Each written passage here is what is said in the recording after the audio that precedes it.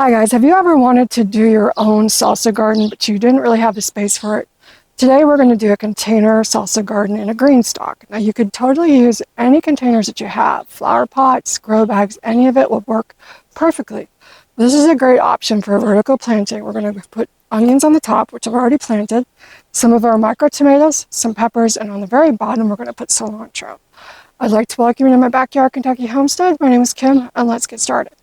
So like I said, I've already put the onions on top. Now, if you watched a couple of videos ago, I had a huge tray packed full of onions. They were seeds from 2022, 23, and 24. Usually onion seeds are only good for about 1 year or so with germination. So instead of throwing those older packets in the trash, I took them and just sprinkled them over that tray.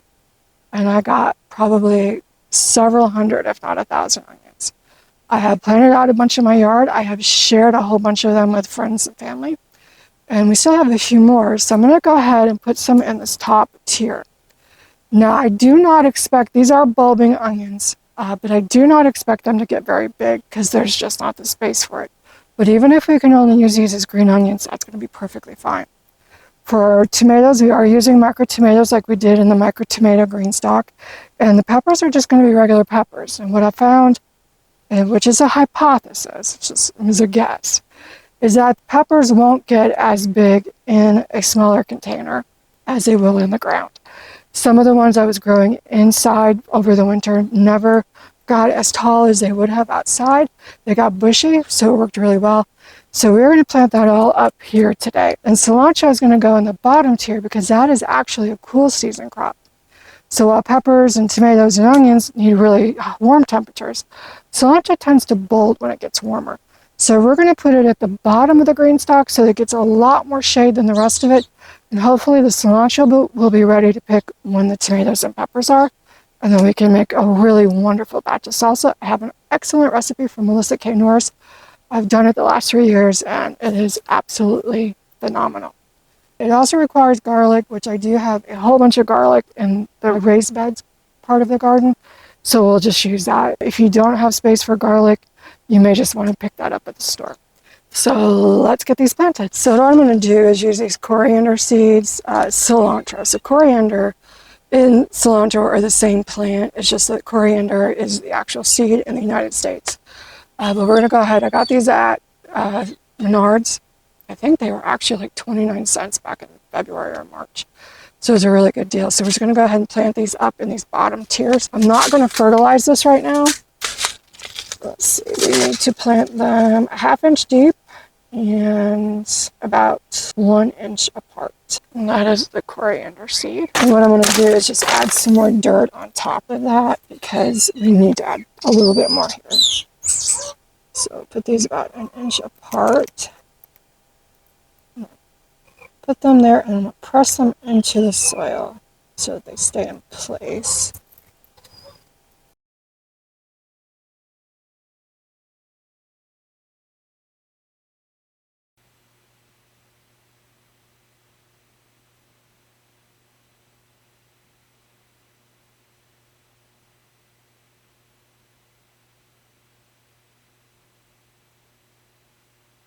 So the next row and a half, I'm going to do peppers on. And the first one is going to be a habanada. So the one thing with salsa recipes, especially when you're canning, there's a certain ratio of tomato, pepper, onion, garlic that you need to have in order for it to remain a safely tested product when you're canning. The thing of it is, though, you can replace any of those peppers within that with any other kind of pepper.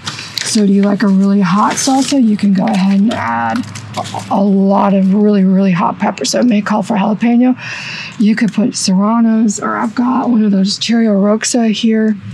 It's 15 times hotter than a jalapeno.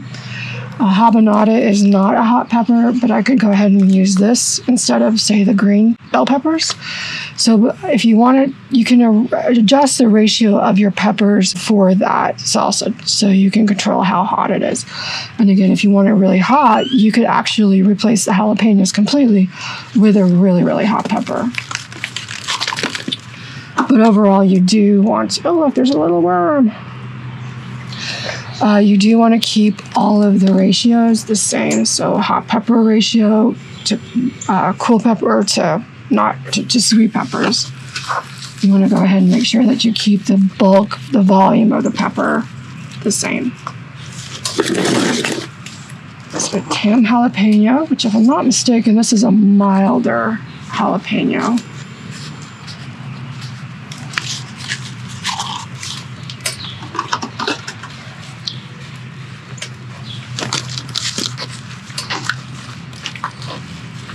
And I will be putting the supports on these like I did the other ones. Okay, so we have another habanada. These are really small ones, so I didn't put them out in the garden.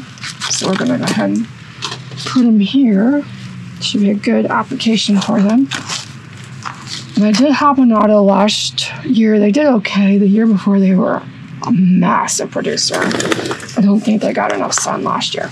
So this is the cherry roxa. It is the one that's 15 times hotter than a jalapeno. So I'm gonna grow this just to see. Probably we're gonna give this away to some friends that like very, very hot peppers. But it's actually already blooming. Get that one in there, make it a little bit happier. This is a Pippin's Golden Honey, which this is one of the ones I grew indoors over the winter. It grew beautifully, but it never fruited. Once I got it outside, it's absolutely loaded with fruit. I need to get that in a pot.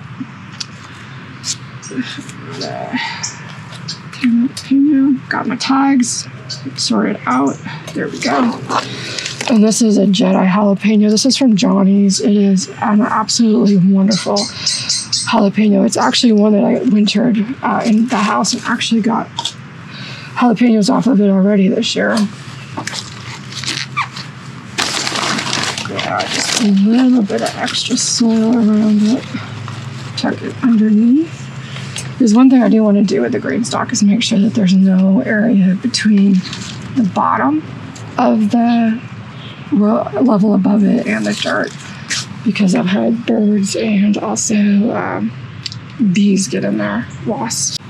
So the next one's going to be 3 peppers and 3 tomatoes, and we're going to do a La Bamba jalapeno, which is a regular hot jalapeno. It's a variety I've never grown before, but sounded like fun. Pop it in there. And then we're going to do Anaheim chili.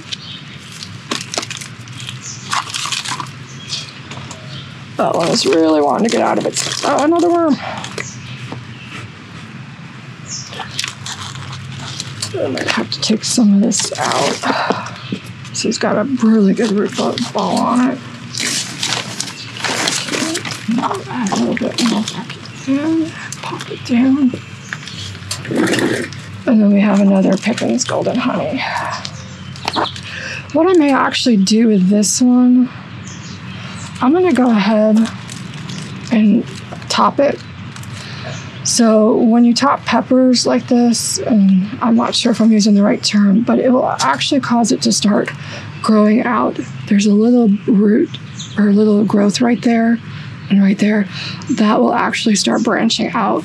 So it'll actually make a wider, more branchy pepper, which can actually give you a lot more peppers versus something that just gets vertical and completely, versus something that just grows really tall and it doesn't have a whole lot of space for the pepper nodes to develop.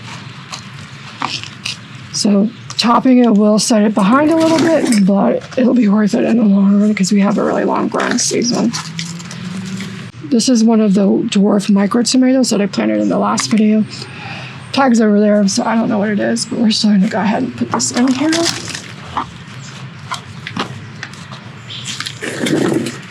This is a round robin with a hitchhiker. So these micro tomatoes are really cool because they will get anywhere from 8 inches tall total up to 2 feet tall. So we have a wide variety of them. So a lot of them are cherry, but not all of them. Okay. That root down there. This is another one. I'm not sure what it is, but It'll make a tomato. All right, so that one's done. We'll go up to the next one, and we've got a couple of extras to do up there. Okay. So this is one of the bush steak ones that's not doing super great. We're gonna go ahead and plant it because I think it'll spring right back.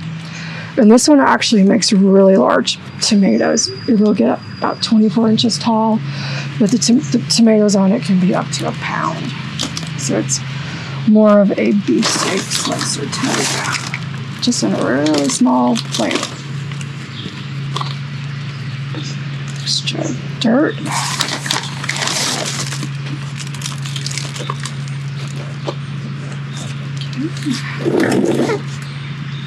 Oops.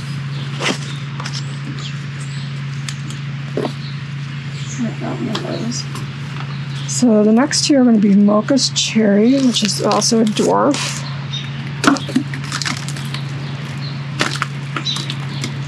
And it's a little purple, so it's really needing some fertilizer, some good nutrients. Right in there. And they will bounce back very quickly. Now these leaves probably won't change color, but the new growth will turn green. Okay, got a little Napoli. So this is a micro paste tomato, which would be really nice for salsa.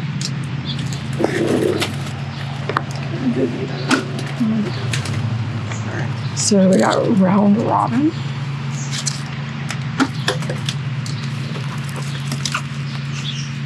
All right, there we go.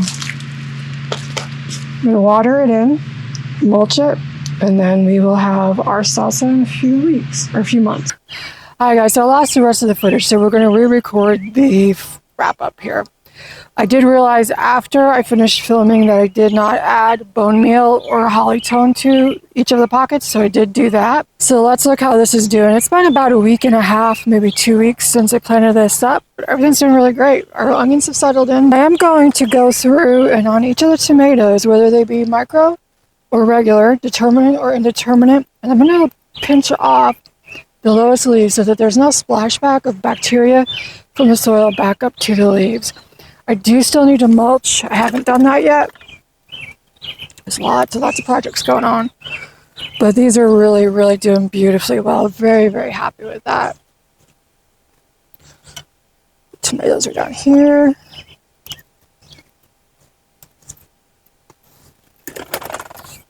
This is peppers. Green stalks are really cool on the wheels, because you can just turn them. And what I will do with the green stalk is turn it just about every day, if not every other day. But our peppers are doing really, really well. Our cilantro has germinated down here, so we're doing really good. So if you're interested in making salsa, do check out the link below for Melissa K. Norris's book. It's awesome.